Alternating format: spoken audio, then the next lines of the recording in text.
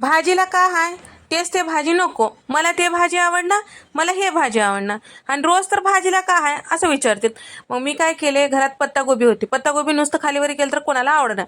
मग मी काय केले, त्याची अशी भाजी केली, सगळेजण मिटक्या मारत खाल्लेत बघा. पत्तागोबी होती घरामध्ये, किसून घेतले, मग त्याला गच्च पिळून त्याच्यामधलं पाणी काढून टाकले, थोडंसं कांदा, बेसन पीठ, लाल मिरची पावडर, धने पावडर, हळद आणि गरम मसाला, 2 चिमूट खाण्याचा सोडा आणि चवीपुरतं मीठ टाकायचं. सगळं मिक्स करायचं. पाणी बिनी टाकायचं नाही बघा, नाहीतर भसकन पाणी टाकतात आणि पातळ होऊन बस बघा. याला स्वतःच पाणी लई असते आणि आपल्याला बेसन पीठ बी लागल तसं टाकायचं आहे बघा, एकदाच टाकू नका.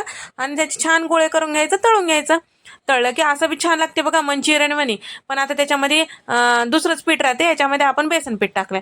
आता वाटण करण्यासाठी तीळ घेतले, जिरे घेतले, लवंग आणि मिरे, सुक्या खोबऱ्याचा खीस आणि थोडं डाळवं घेतले बघा. आपल्या रश्श्याला छान दाटसरपणा येते. आणि वेलची बी टाकले बघा. सगळं भाजून घेतले आणि मिक्सरला पूड करून घ्यायचं.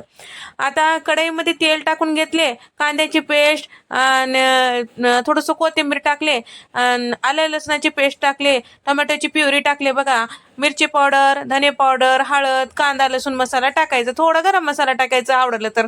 मग त्याच्यानंतर चवीपुरतं मीठ टाकायचं. हे सगळं पावडर मसाले आणि टोमॅटो प्युरी, कांदा प्युरी सगळं छान व्यवस्थित मिक्स करायचं. थोडं लोणी बटर टाकायचं. पहिल्यांदा आपण वाटण्यासाठी भाजून घेतलेलं जे होतं ते मिक्सरला काढून घेतले. आता ते सगळं मिक्स केले बघा. आता हे वाटण लई वेळ परतायचं आहे, म्हणून आता थोडंसं पाणी टाकले बघा. साधं पाणी नाही बघा, आपण गोबी कच्चं पिळून घेतल्यानंतर पाणी निघालं होतं बघा, ते टाकले. ते लय पौष्टिक असते बघा, त्याच्यासाठी तेच टाका. मग गरजेपुरतं पाणी टाकायचं आणि थोडीशी कोथिंबीर टाकायचं. आता रश्श्याला उकळी आली की तयार करून घेतलेले हे कोफ्ते टाकायचे बघा. 5 मिनिटं शिजून घेतलं की भाजी तयार.